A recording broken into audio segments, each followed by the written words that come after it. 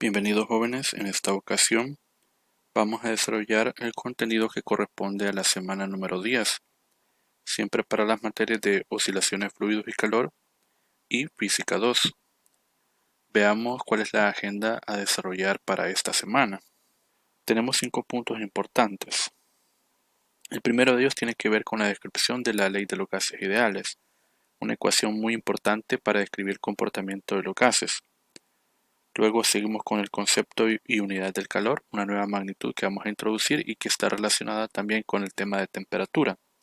El equivalente mecánico de calor, es decir, la transformación del calor de forma mecánica a forma térmica y viceversa. Vamos a describir también nuevas propiedades de las sustancias, como lo es la capacidad calorífica, el calor específico y el calor latente. Y finalmente vamos a describir cómo calculamos las cantidades de calor que se pueden transferir entre objetos o sustancias que están a diferentes temperaturas. Damos paso entonces acá a la calorimetría. Bien, con esto podemos entonces dar inicio al contenido de esta semana. Siempre nos estamos enfocando con la unidad número 5, calor y la primera ley de la termodinámica. El contenido que vamos a desarrollar en su mayor parte va a estar enfocado a un tipo de sustancia. Esta va a ser el gas.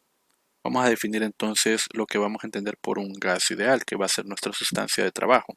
Un gas ideal es entonces un gas teórico compuesto de un conjunto de partículas puntuales, es decir, que son un conjunto muy grande de partículas y muy pequeñas a su vez, que tienen un movimiento o un desplazamiento aleatorio, que no interactúan entre sí y que el comportamiento del gas se puede explicar según la ley de los gases ideales, la que nosotros vamos a conocer como la ecuación de estado, que en su momento lo vamos a desarrollar o la vamos a describir.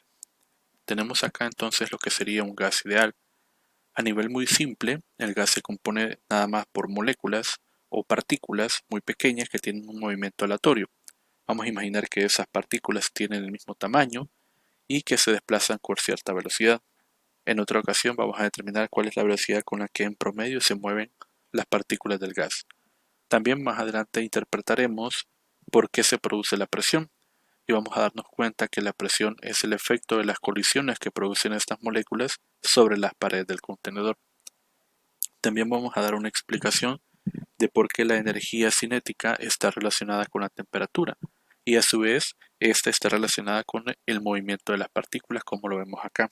Se ha mencionado en la anterior clase que la temperatura es una medida de la energía cinética de las partículas y que si éstas se mueven con mayor velocidad o tienen una mayor vibración, esa temperatura aumenta.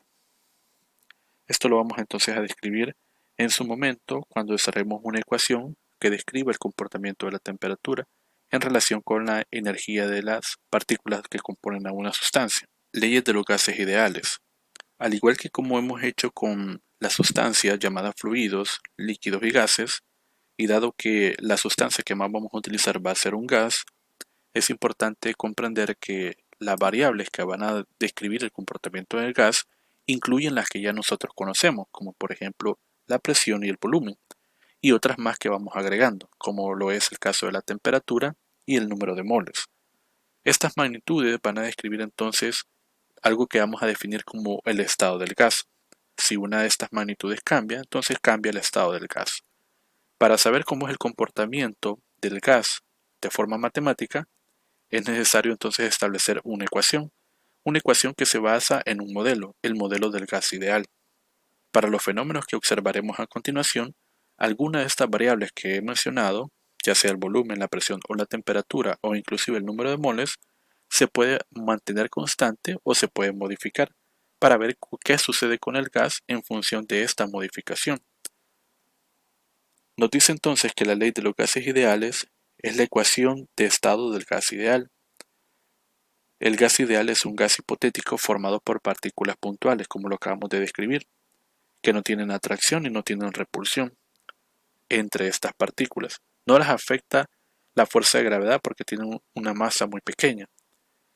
Y solamente van a haber fuerzas de interacción cuando sucedan colisiones o choques. Estas colisiones las vamos a considerar perfectamente elásticas.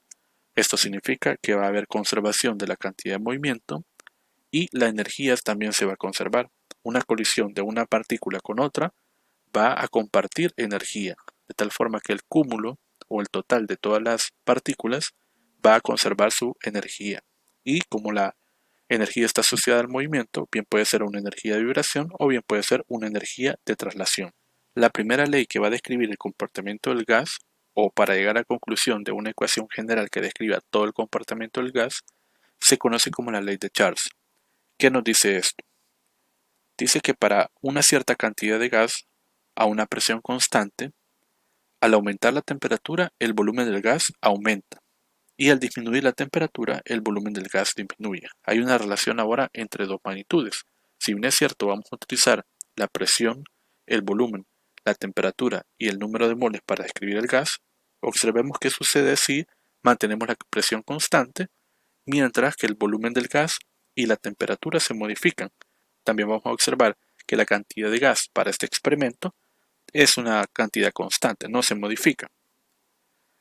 Tenemos por ejemplo acá en este depósito una muestra de un gas que hemos representado nada más con partículas que se mueven de un lado a otro.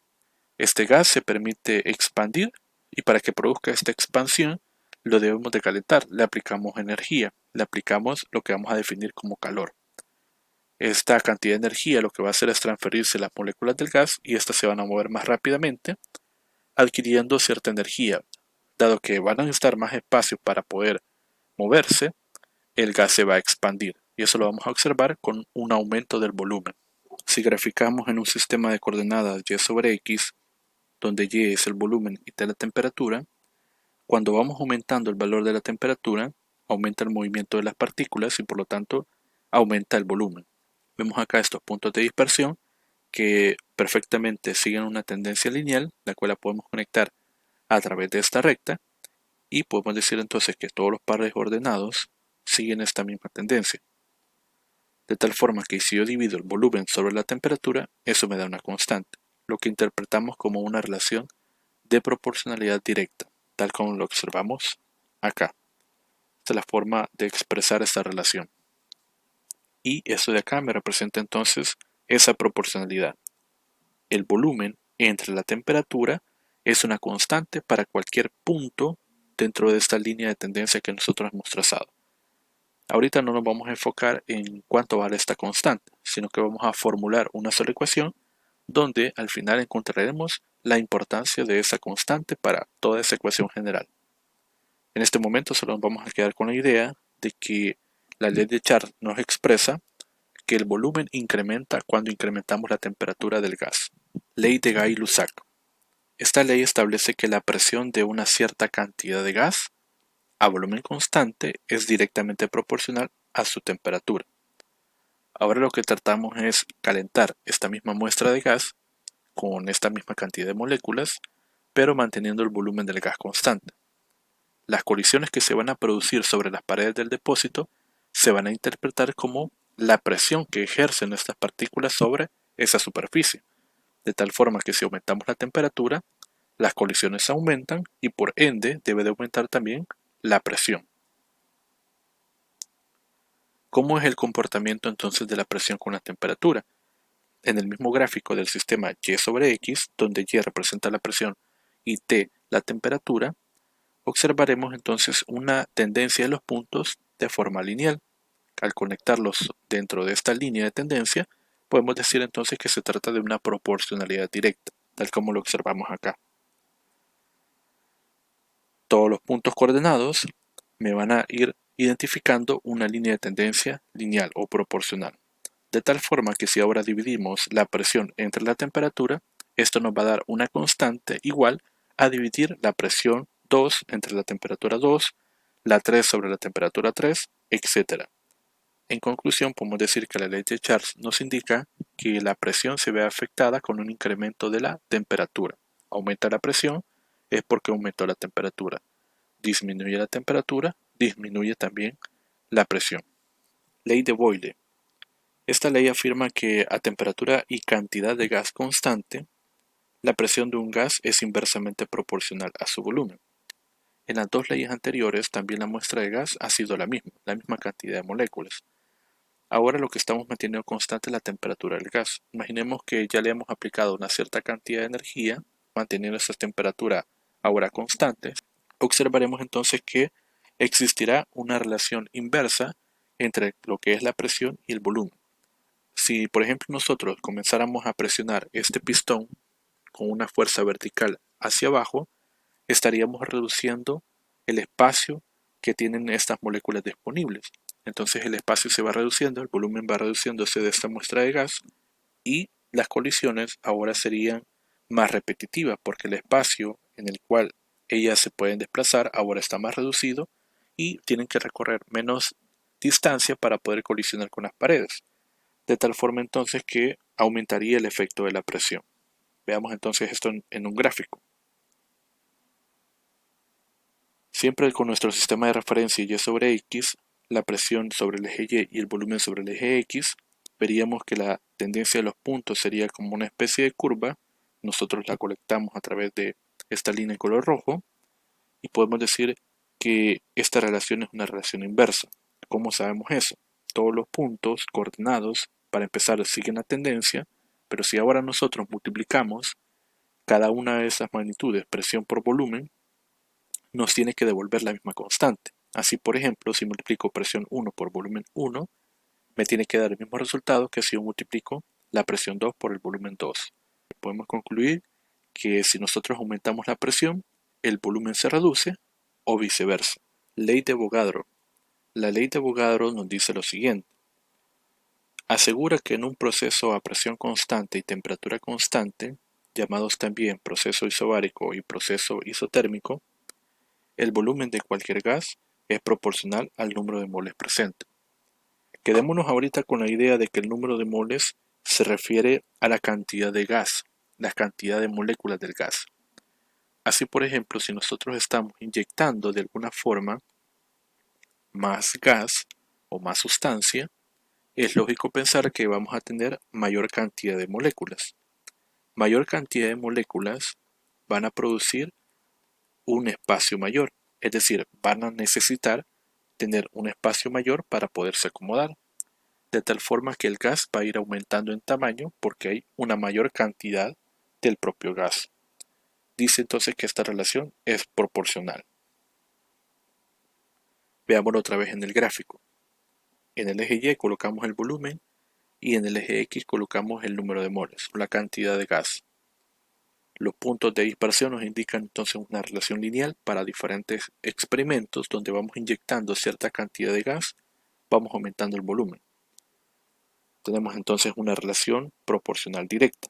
Volumen incrementa con el número de moles. ¿Cómo comprobamos esto? Lo comprobamos de la siguiente forma. Para todos los diferentes puntos de dispersión, al dividir el volumen entre el número de moles correspondiente, eso nos tendría que dar una constante.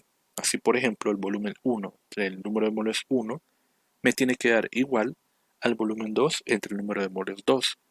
Y me tiene que producir el mismo resultado si yo divido cualquier par de puntos de esta relación o estos puntos que aparecen acá. El volumen 5 sobre el número de moles 5 me devuelve el mismo resultado que los anteriores. Por lo tanto, la ley de Avogadro implica que si hay mayor cantidad de gas, el volumen también es mayor. Podemos establecer ahora una sola ecuación que nos permita de forma matemática describir de forma global cómo es el comportamiento del gas, pero no cualquier gas. Reitero de que estamos tratando con un gas que es ideal. Para el comportamiento más complejo del gas, ocupamos ecuación de estado un poco más compleja. Resumamos un poco. En la primera ley observamos que el volumen incrementaba con la temperatura. Mayor temperatura, mayor volumen. Luego observábamos que si modificábamos la temperatura, también alterábamos la presión si manteníamos constante el volumen del gas. En ambos casos la muestra de gas ha sido la misma. También observamos que si la temperatura se mantenía constante, entre la presión y el volumen había una relación inversa. Y observamos finalmente que si manteníamos constante la presión y la temperatura, el volumen del gas aumentaba por el efecto de incrementar la cantidad de gas, es decir, el número de moles. Si combinamos todas estas ecuaciones o todas estas relaciones de proporcionalidad en una sola ecuación, el resultado de esto nos tiene que devolver una constante, como lo observamos acá. Esa constante precisamente se le va a dar el nombre de R y de otra manera se le conoce también como la constante de los gases ideales. El resultado de todas estas magnitudes de presión, volumen, temperatura y número de moles nos da 8.31 joules sobre mol Kelvin. Este es el valor numérico que tiene esta constante de proporcionalidad. Y repito, se conoce como la constante de los gases ideales. De tal forma que la ecuación de estado completa es la que aparece acá. Dice que el producto de la presión por el volumen es igual al número de moles del gas multiplicado por la constante de los gases ideales por la temperatura del gas. Esto es lo que vamos a ocupar para describir el comportamiento del gas. Así nosotros, si conocemos que una de las magnitudes o dos de las magnitudes se mantienen constante, podemos encontrar otra de sus magnitudes, ya sea esta presión, un volumen o una temperatura. Aspectos importantes a identificar en la ecuación de estado. Evidentemente la P representa la presión. Aquí hay que hacer énfasis que cuando trabajemos con el caso de gases, ocupamos más la presión absoluta. La V representa el volumen, que lo podemos trabajar según el sistema internacional en metros cúbicos. La R menciona que representa la constante de los gases ideales y su valor numérico es este. Por lo menos en estas unidades, este es el valor que se representa. Puede estar expresado en otras unidades que no son las del sistema internacional y también la podríamos ocupar siempre y cuando las otras magnitudes estén en esas otras unidades. La T representa la temperatura y es importante también destacar acá que se representa con una temperatura absoluta.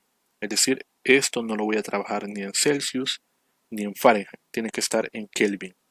Esa va a ser la temperatura absoluta y de hecho ya habíamos definido que la temperatura absoluta está definida en la escala de Kelvin. N representa ahora el número de moles. La unidad para los moles es el mol. Vamos a describir entonces qué representa esto del número de moles o qué significa. Número de moles. El mol es una cantidad de sustancia que contiene el número de Avogadro de partículas. Estas partículas pueden ser átomos, moléculas, iones, electrones, etc. El número de Avogadro es una constante y tiene un valor exacto de 6.022 por 10 a la 23 partículas. Imaginemos que tenemos un depósito y en ese depósito vamos a colocar una muestra de gas.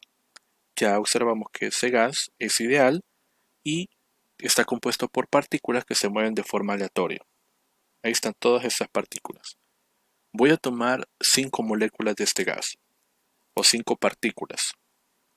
Yo sé que es imposible poder contabilizar una partícula con una partícula hasta formar el número de Avogadro, porque el número de Avogadro, si ustedes se dan cuenta, es una cantidad exorbitantemente grande. Es imposible que alguien venga, tome una partícula y vaya contándolas una tras una. Voy a hacerlo de forma simplificada. Para mí, estas 5 partículas que están encerradas en esta superficie me van a representar el número de Avogadro, teniendo en cuenta o teniendo en mente que esa cantidad representa 6.022 por 10 a la 23 moléculas, partículas, etc. Entonces, si esto representa para mí un mol y vengo en el gas y tomo estas 5 partículas, ahí tendría entonces un mol, aquí tendría otro mol conformado por estas 5 partículas, aquí tengo otro, otro y otro. Entonces, para simplificar esa gran cantidad numérica de partículas, lo que hacemos es que para el gas lo trabajamos en términos de moles, es decir, tantas veces el número de Avogadro. Yo podría asegurar entonces que esta muestra de gas está compuesta por 5 moles. Este es un mol, 2, 3, 4, 5. Y como hemos dicho que un mol representa esta cantidad, puedo decir entonces que este gas tiene 5 veces el número de Avogadro. Es otra forma de decirlo también. Entonces el número de mol es una cantidad que se contiene tantas veces en una muestra de gas. Y no necesariamente va a ser un número entero, ¿verdad? Aquí estamos diciendo que son 5 moles, pero por acá me pudo haber quedado una partícula libre, otra acá, y entonces podría ser 5.1, 5.3 veces el número de Avogadro. Bien, acabamos de observar cómo se lee el número de moles o cómo interpretamos el número de moles en una muestra de gas. Ahora voy a explicar cómo calculamos el número de moles. Tomemos la misma muestra de gas con la misma cantidad de moles, y ahora yo podría saber cuál es la masa total del gas. La masa está compuesta por las masas individuales de todas estas partículas o todas esas moléculas. Este gas podría ser, no sé, puede ser helio, puede ser oxígeno o cualquier otro gas. Las moléculas que componen el gas, por ejemplo las moléculas de helio, tienen su propia masa molar, que la podemos encontrar en las tablas de química, tabla periódica. Así, por ejemplo, si yo tomo toda la masa del gas, toda, que es la que conocemos nosotros tradicionalmente como la masa en gramos o masa en kilogramos, y la dividimos entre la masa molar, la masa de esta molécula, ya sea de hidrógeno, oxígeno o cualquier otro gas, voy a obtener el número de moles. De esta forma, acá está. Masa total entre masa molar. La masa M minúscula está dada en gramos o kilogramos y la masa molar M mayúscula está dada en gramos sobre mol. Por otra parte, otra forma de determinar el número de moles de gas es conociendo cuántas partículas tenemos en total y dividirlo entre el número de Avogadro.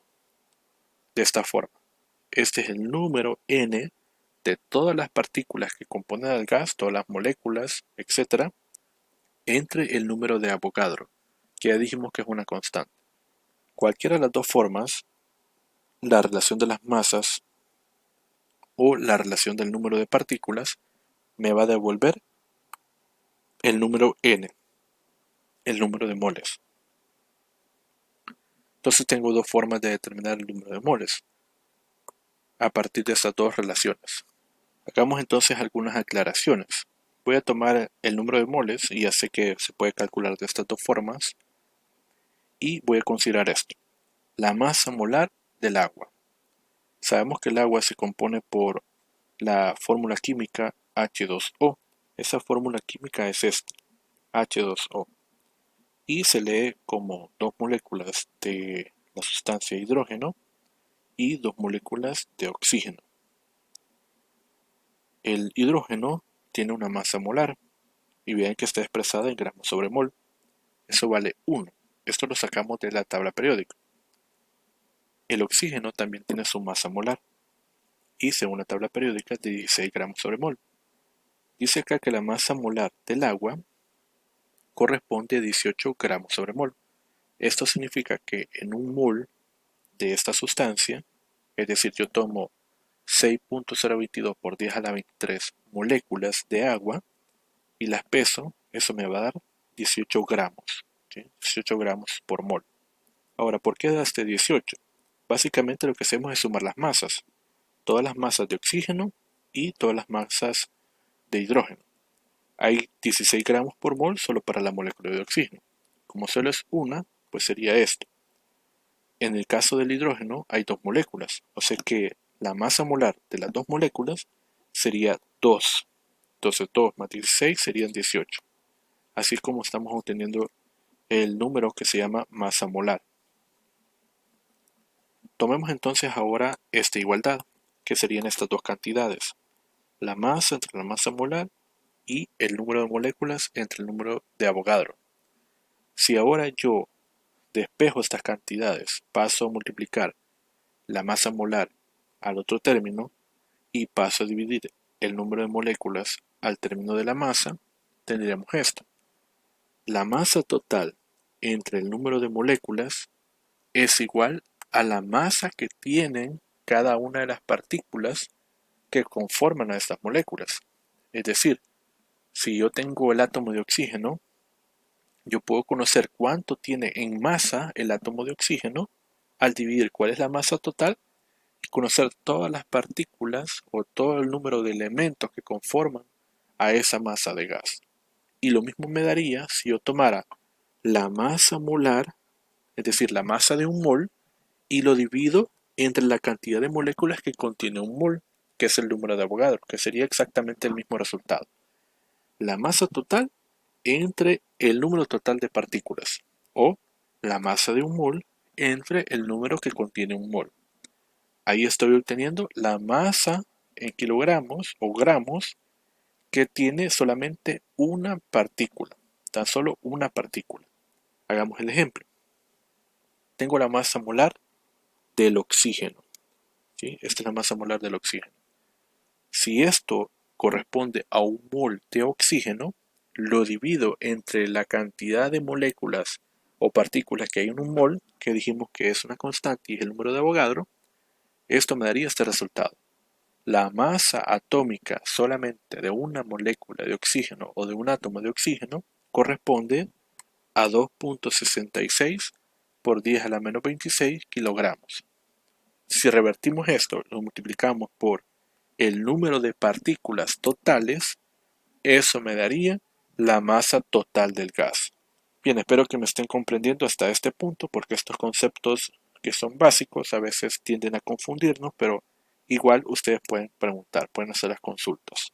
Una vez entendido entonces la idea de lo que es el número de moles, la masa molar, el número de Avogadro, el número de partículas, puede expresar la ecuación de estado de formas alternativas. Por ejemplo, la manera tradicional, como la vamos a encontrar, expresión por volumen igual a nRT. Pero ahora si yo modifico el número de moles y lo escribo como la masa entre la masa molar y separo el volumen, lo separo de la presión, recordemos que si esta es la masa total y este es el volumen total del gas, la masa entre el volumen sería la densidad. Esta sería la primera forma, o la segunda forma, me bien dicho, en la que puedo encontrar la ecuación de estado. La presión es igual a la densidad del gas por el producto de la constante de los gases R por la temperatura entre la masa molar.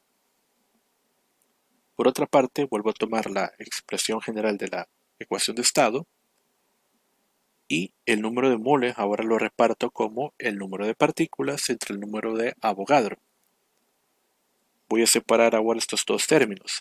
Aquí tenemos dos constantes, R y el número de Avogadro. Estas dos cantidades se conocen ahora como la constante de Boltzmann, que se representa de esta forma. Acá.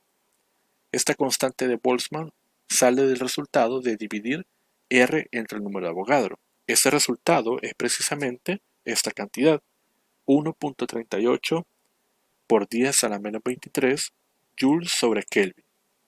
Entonces tenemos otras dos formas de cómo expresar la ecuación de estado. De esta forma o de esta otra forma.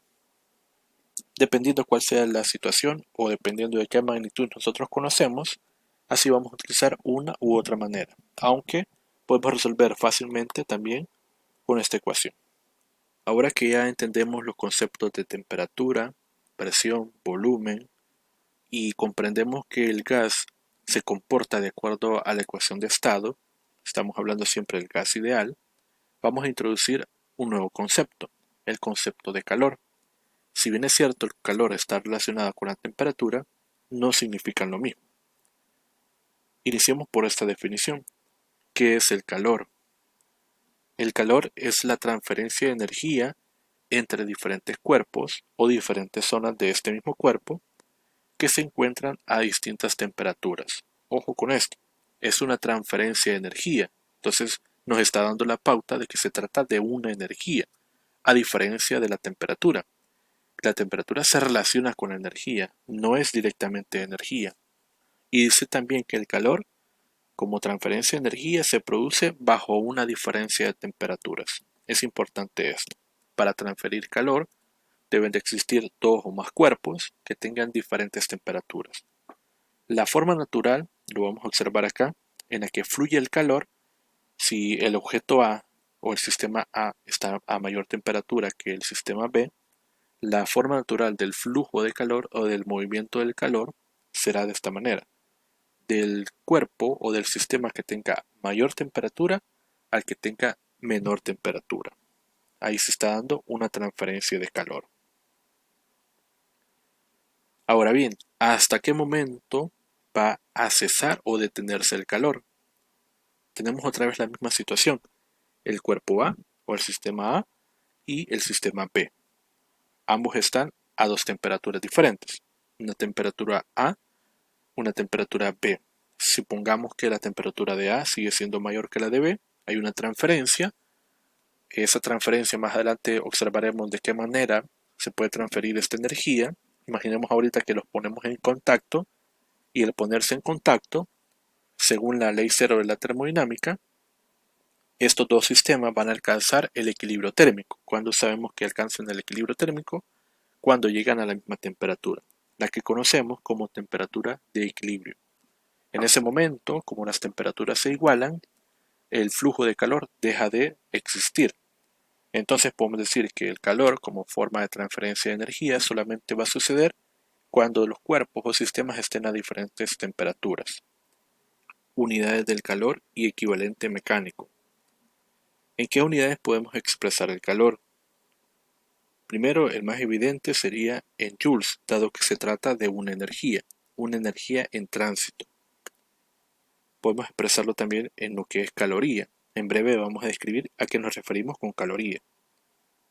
También lo podemos expresar en kilocalorías. Y por último lo podemos expresar en BTU. El BTU también es una unidad utilizada para expresar energía. BTU significa unidad térmica británica, que nosotros tal vez la podemos haber escuchado cuando se tratan en sistemas de refrigeración. Por ejemplo, los aires acondicionados se expresan en términos de BTU, de cuánta energía pueden extraer de un lugar en términos de el BTU. Quiero que nos fijemos también en esta cantidad. Dice que una kilocaloría equivale a 4186 joules. Este es un factor de conversión, un factor de equivalencia. A esto se le conoce como el equivalente mecánico del calor. Pero ¿cómo se obtiene este equivalente? Tenemos un experimento acá. Este dispositivo que ustedes observan trata de transformar la energía mecánica en energía térmica. Este es el experimento que utilizó Joules para describir o para comprobar de que un movimiento mecánico se puede transformar en energía térmica. ¿Cómo funciona este sistema? Si se dan cuenta acá, esta masa desciende. El descenso de esta masa genera una disminución de la energía potencial. Esta energía se está transformando a través del movimiento de esta polea. Esta polea transmite este movimiento a este vástago que observamos acá, que a su vez está conectado con estas poleas.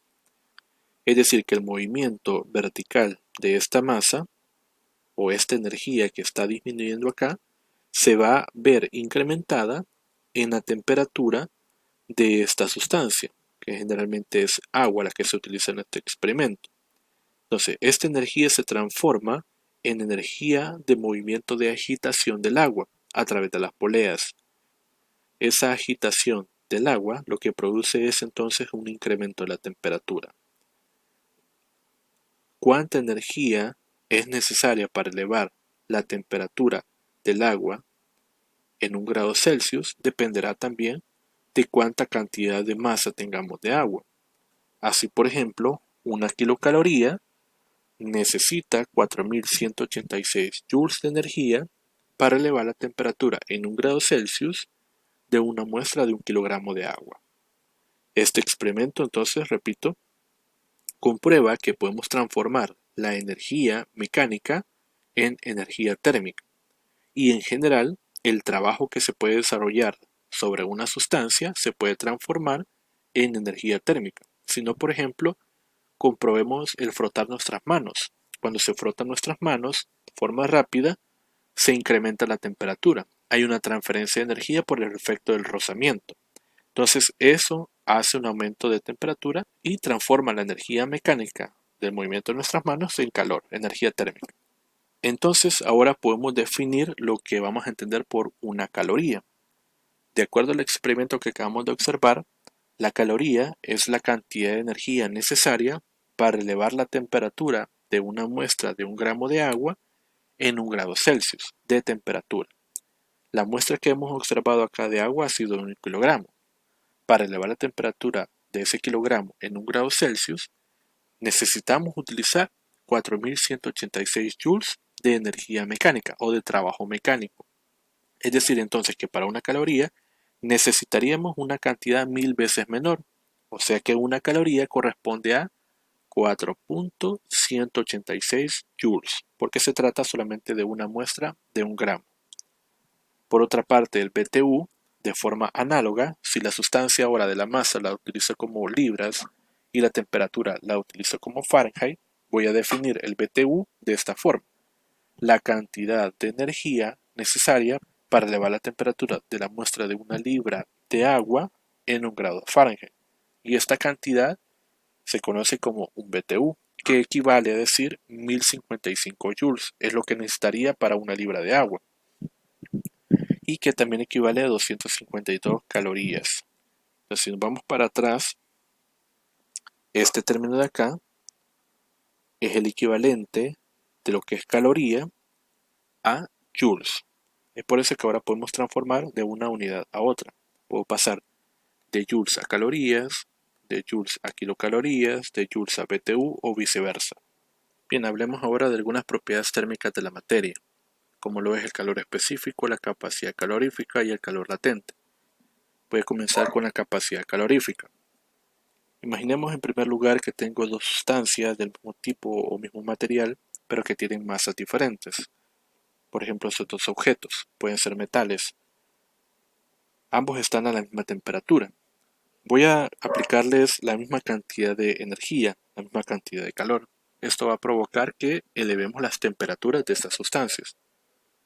La experiencia nos va a demostrar que el objeto que es más pequeño va a elevar su temperatura más rápidamente que el objeto que es más grande. Entendamos que la transferencia de calor, transferencia de energía, lo que implica es un aumento de la vibración de las moléculas. Si esto es un sólido, las moléculas que estén más cerca de la fuente de calor van a vibrar más rápido que aquellas que estén más lejos. La propagación del calor va a ser de tal forma de que la vibración se va a pasar de una molécula a otra. Por ejemplo acá, estas moléculas en este lugar tendrán mayor vibración, que lo van a estar compartiendo con las moléculas que estén de forma adyacente, de tal manera que las últimas en recibir esa energía van a ser aquellas que estén más alejadas de la fuente.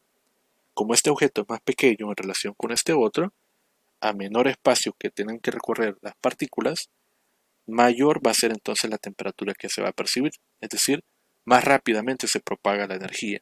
En cambio acá, a pesar de que sigue siendo un metal, y sabemos que los metales son buenos conductores de energía o de calor, la temperatura va a tardar en aumentar o ser evidente el cambio de temperatura porque las partículas van a compartir esta energía en muchas más partículas.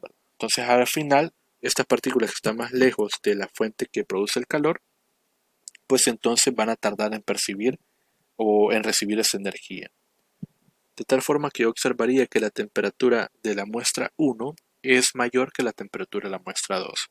Entonces esta sustancia, por ser más pequeña, a pesar de ser del mismo material, elevó su temperatura más rápidamente. ¿Qué conclusiones podemos sacar de esto? Por ejemplo, que para aumentar más la temperatura de estas sustancias debo de aplicar una mayor cantidad de calor. También podría decir que entre más masa tenga la sustancia, entre más grande sea, mayor es la cantidad de energía que le debo de aportar para que incremente también su temperatura. Podemos establecer entonces una relación de proporcionalidad. Mayor cambio de temperatura, mayor energía. Mayor masa, mayor energía. Y establecer una ecuación. En esta ecuación podemos ver lo siguiente. Hay una constante de proporcionalidad que se llama C mayúscula, pero que nosotros la vamos a entender como la capacidad calorífica. ¿Qué vamos a entender como una capacidad calorífica? Es básicamente cuánta energía es capaz el material de absorber o liberar. Así, por ejemplo, este material, que es más pequeño, absorbe una menor cantidad de energía que la que puede absorber este.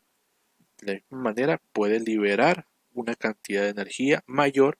Este objeto libera una cantidad de energía mayor que la que absorbió este.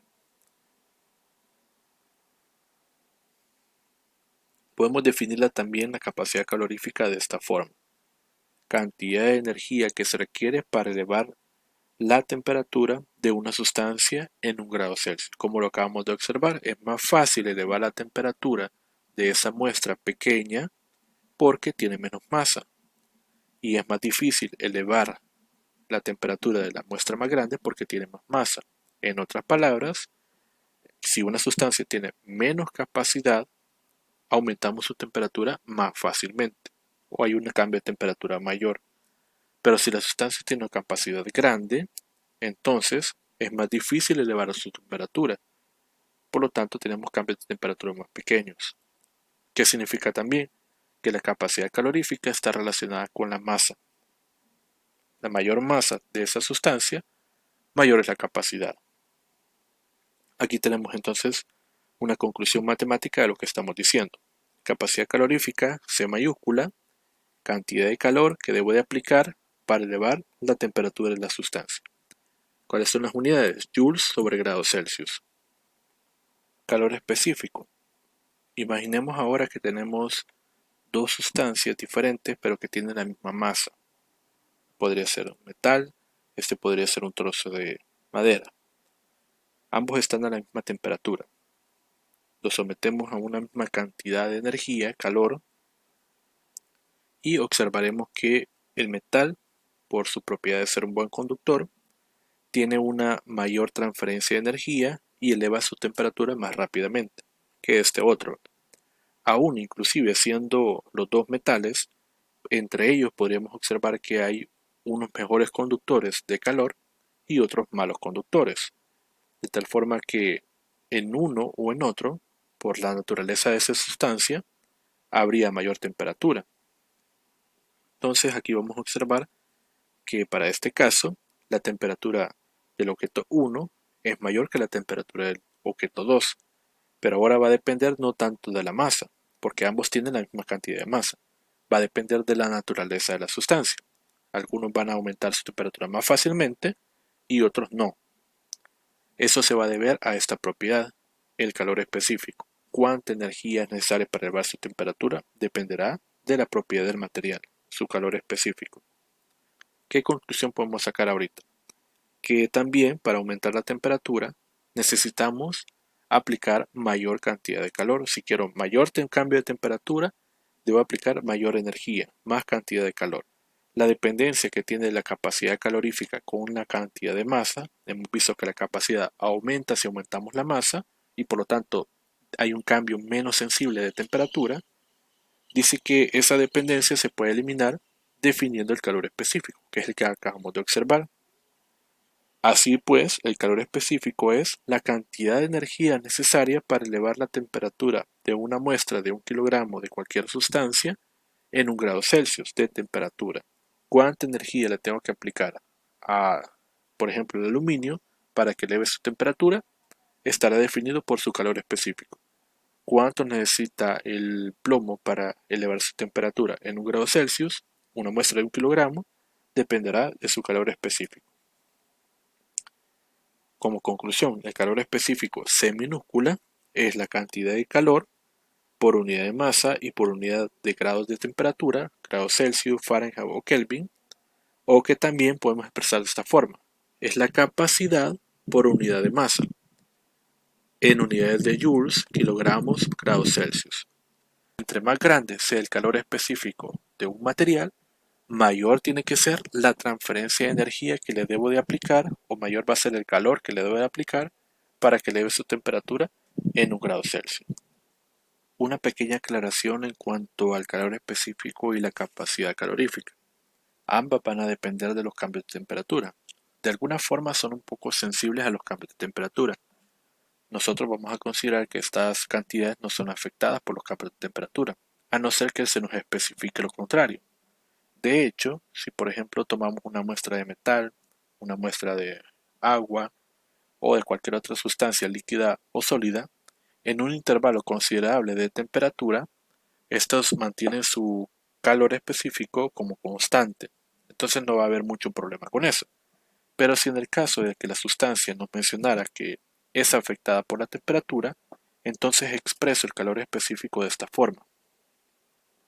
De manera diferencial, una pequeña cantidad de calor va a producir una pequeña variación de temperatura.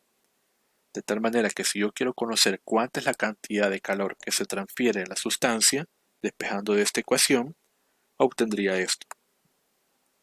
La cantidad de calor es igual a la masa por la integral que va desde la temperatura inicial a la temperatura final, por el calor específico, que va a ser función de la temperatura, por la diferencial de temperatura. Es decir, que aquí debo de conocer yo qué función es la que está definiendo el calor específico. En esta tabla ustedes pueden observar diferentes valores de calores específicos para diferentes materiales. Tenemos por ejemplo acá el aluminio y tenemos el agua. El calor específico del agua se puede trabajar de esta forma, pero sugiero que utilicemos este valor, 4186 joules, kilogramos, grados Celsius o Kelvin. No es mucha la diferencia, pero para cuestiones de cálculo podemos utilizar esta cantidad. Ahora, lo que yo quiero que observen acá es lo siguiente. Este tiene menos calor específico que este de acá. Significa entonces que el agua necesita más energía comparada con el aluminio para aumentar su temperatura. Imaginemos que se lo quiero elevar 1 grado Celsius. Entonces a una muestra de 1 kilogramo de agua le voy a aplicar 4186 joules de energía. Para la misma muestra de 1 kilogramo, pero ahora de aluminio, voy a necesitar 910 joules de energía si yo quiero elevar su temperatura en 1 grado Celsius. Entonces necesito menos cantidad de energía. De tal forma entonces que el agua en esta tabla es la que presenta mayor calor específico.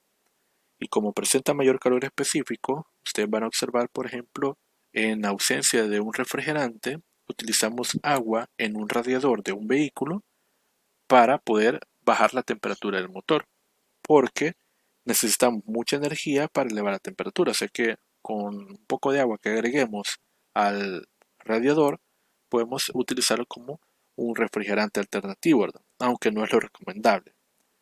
Habría que preguntarse entonces lo siguiente: ¿cuál de las dos sustancias, el refrigerante o el agua, tendrá mayor calor específico? ¿Será que el agua o será que el refrigerante? Calor latente. Bien, para entender el calor latente, vamos a recordar un poco sobre la transformación de la materia, es decir, los estados fundamentales. Hay tres estados fundamentales: el sólido, el estado líquido y el estado gaseoso. Para poder transformar una sustancia de un estado a otro, necesitamos aplicarle o extraerle energía. Esta energía va a ser energía térmica. Por ejemplo, si queremos transformar del estado sólido al estado líquido, tenemos que agregarle energía. El proceso que se lleva a cabo para transformar de sólido a líquido se llama fusión. Por otra parte, si yo quiero transformar el agua líquida en vapor de agua o transformarla de líquido a gas, debo de aplicar también energía, y el proceso para el cual se lleva a cabo esta transformación se conoce como vaporización. Finalmente, si yo quiero transformar de forma súbita de un sólido a un estado gaseoso, llamo a este proceso sublimación y también requiere de un aporte de energía. El proceso contrario a lo que acabamos de observar, por ejemplo el caso de transformar del estado gaseoso al estado líquido, se conoce como condensación, donde se necesita extraer energía de la muestra de gas. Le tenemos que quitar energía para disminuir su temperatura. Esa disminución de temperatura es la que va a producir la transformación de líquido, la transformación de gas a líquido. De la misma manera, si yo quiero transformar de líquido a gas, debo de extraer energía. A ese proceso se le conoce como solidificación. Y finalmente, si yo quiero revertir el proceso de sublimación, pasarlo de gas a sólido, también extraigo energía, pero en este caso se llama el proceso sublimación inversa. Vemos entonces acá que para cualquier transformación yo necesito agregar o extraer energía.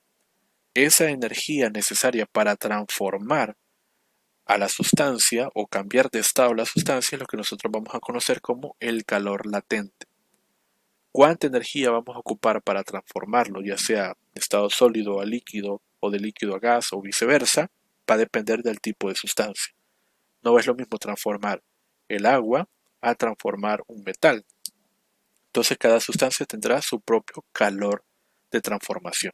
Ahora vamos a imaginar que tenemos este objeto, puede ser cualquier objeto, y nosotros le vamos a aplicar energía.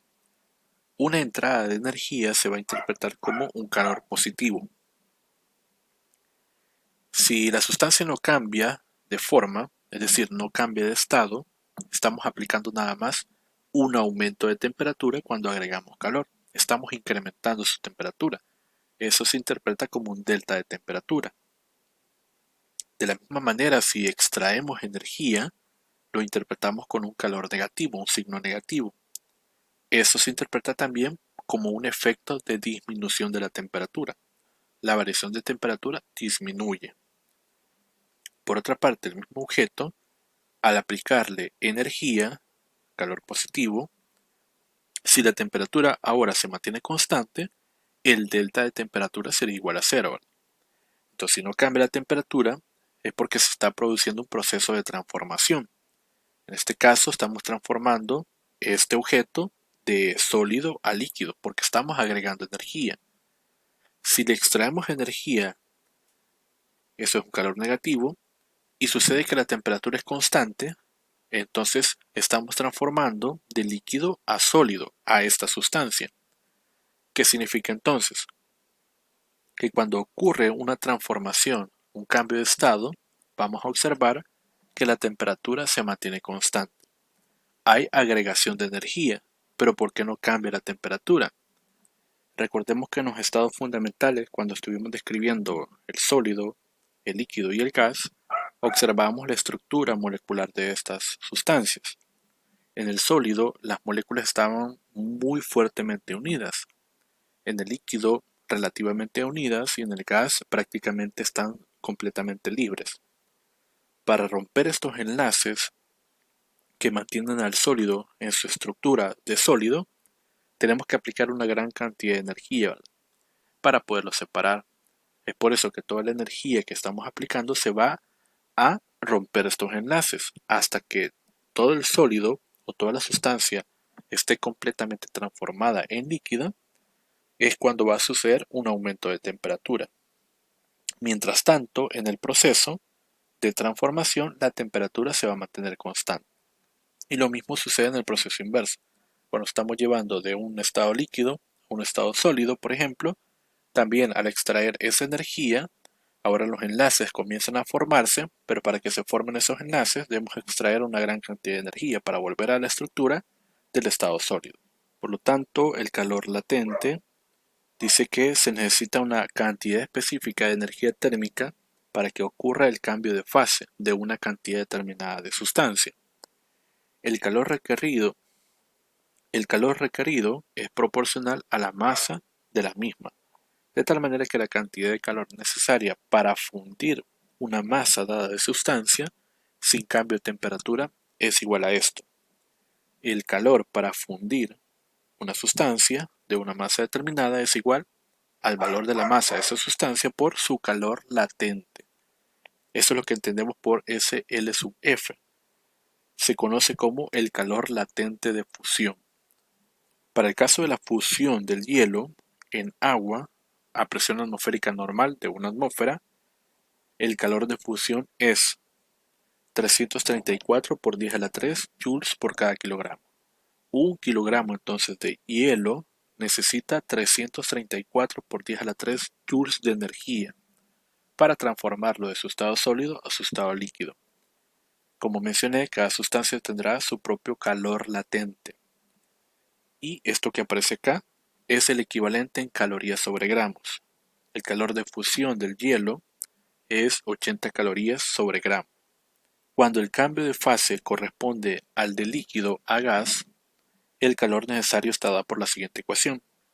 El calor es igual a la masa que quiero transformar por su calor latente. En este caso, calor latente de vaporización, porque lo que quiero es transformar de líquido a vapor o a gas. Para el cambio de fase de líquido a vapor para el agua de una atmósfera de presión, el calor latente de vaporización corresponde a esto. 2260 por 10 a la 3 joules por cada kilogramo y su equivalente en calorías gramos es 540. En forma análoga, cuando hay un cambio de fase, ahora de gas a líquido, el calor necesario que se le debe extraer al vapor para transformarlo en líquido corresponde a esta ecuación. el calor es igual a la masa por el calor latente de condensación. Aquí estamos aclarándolo. El C es el calor de condensación, pero el valor del calor latente de condensación es igual al calor de vaporización. Como es un proceso que se hace en sentido contrario, es decir, con la misma sustancia, vamos del estado gas al estado líquido, la misma cantidad de materia, de masa, ocupa la misma cantidad de energía. Ahora, aquí solo una aclaración más. Como vamos a extraer energía y hemos considerado los signos del calor, si vamos a extraer esta cantidad será negativo, ¿sí? Porque le voy a quitar energía a mi sustancia. Pero si voy a ocupar M por LB, que es el calor de vaporización, aquí le estoy agregando energía. Entonces este resultado es positivo, ¿verdad? Solamente cuando voy a extraer energía el calor debe ser negativo. Lo estoy aclarando para este caso porque a veces se nos puede olvidar el signo. Si hablamos de cambios de temperatura, como por ejemplo Q es igual a mc por delta T, este cambio de temperatura por sí solo me va a dar el signo. Aquí no voy a tener que colocárselo. Si incrementa este delta T, el calor va a ser positivo.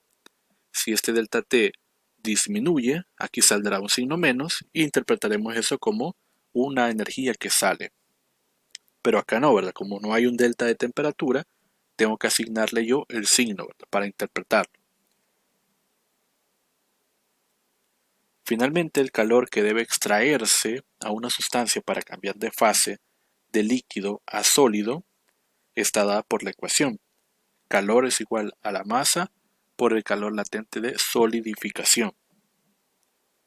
Aquí lo estamos aclarando, es el calor de solidificación cuyo valor es igual al calor latente de fusión.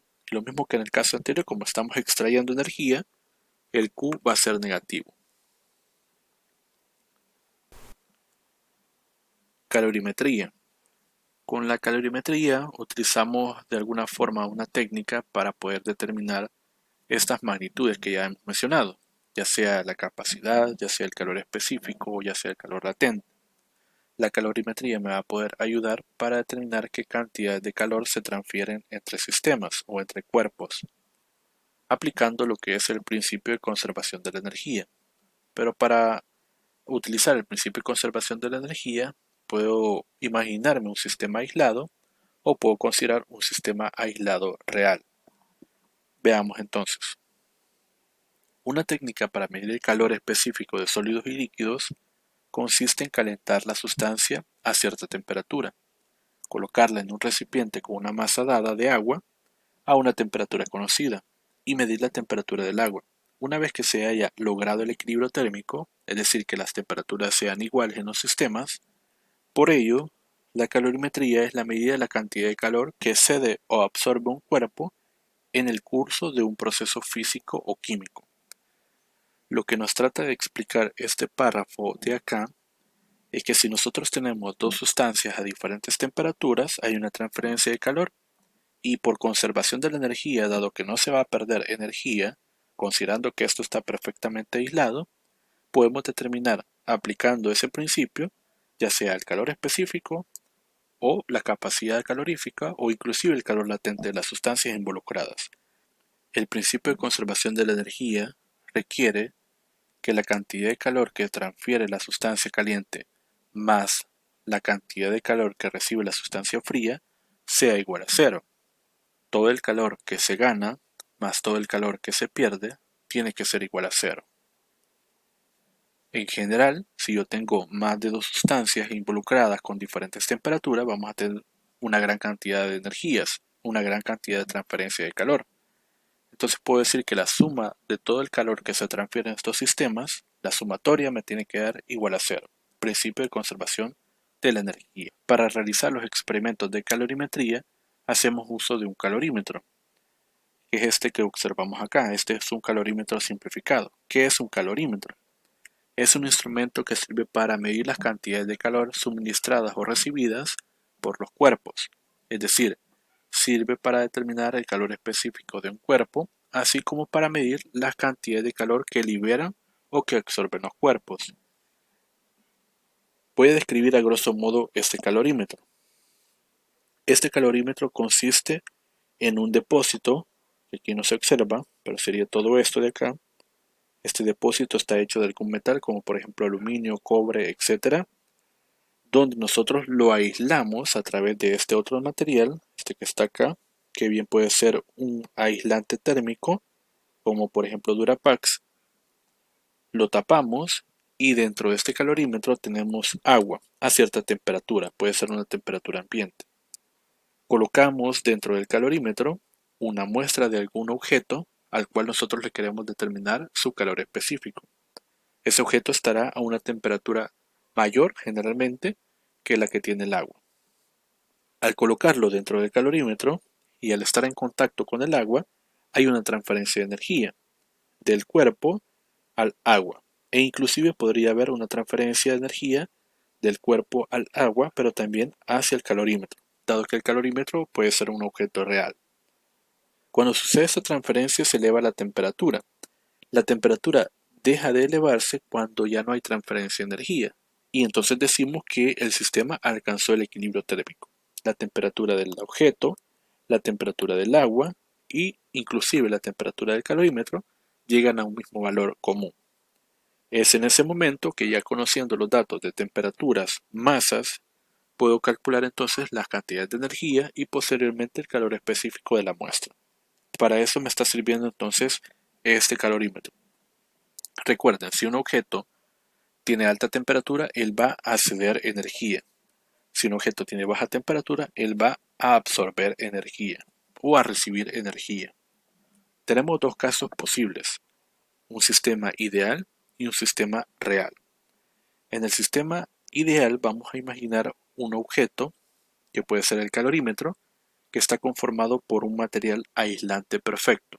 Imaginemos que no pueden existir fugas a través de este material. Dentro de este calorímetro hipotético, vamos a colocar dos objetos, uno que está a una temperatura 1 y otro que está a una temperatura 2. El objeto de mayor temperatura, según el orden que observamos acá, va a transferir energía en forma de calor. Él va a entregar energía. Eso se interpreta como signo negativo, sale energía de este objeto. Mientras que el otro objeto, por estar a menor temperatura, va a recibir esa energía, calor positivo.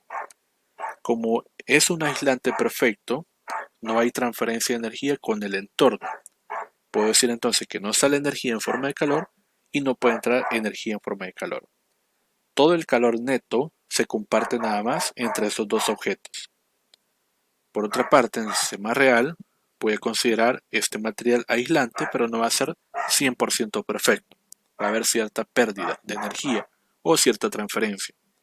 Colocamos los dos objetos a diferentes temperaturas, siempre la temperatura de uno mayor que la de dos. Hay una transferencia de energía ahora no solamente entre estos dos cuerpos, sino que también entre el material del calorímetro y el objeto que tenía mayor temperatura. Entonces el calorímetro comparte cierta cantidad del total de la energía que se está compartiendo entre todo el sistema. Hay un calor negativo, que es el que sale del objeto de mayor temperatura, y un calor positivo, que es el que recibe el de menos temperatura, tanto para este objeto en color azul como el propio calorímetro. Probablemente exista una transferencia de energía con el entorno, pero esta es mínima comparado con la energía que se transfiere entre estos sistemas. En un experimento es muy probable que tengamos cierta cantidad de energía que se transfiere con el entorno y lo que está dentro del calorímetro. En ese caso no decimos que es igual a cero, sino que decimos que es aproximadamente igual a cero. Como es una cantidad muy pequeña, se puede despreciar del análisis y entonces siempre podríamos obtener un valor para el calor específico, para estos sistemas que están dentro del calorímetro. Para concluir, podemos decir entonces que en un sistema ideal, si está completamente aislado, el calor neto tiene que ser igual a cero. Voy sumando entonces todos los aportes de calor que se entregan y los que se reciben, y toda esta suma me tiene que dar cero.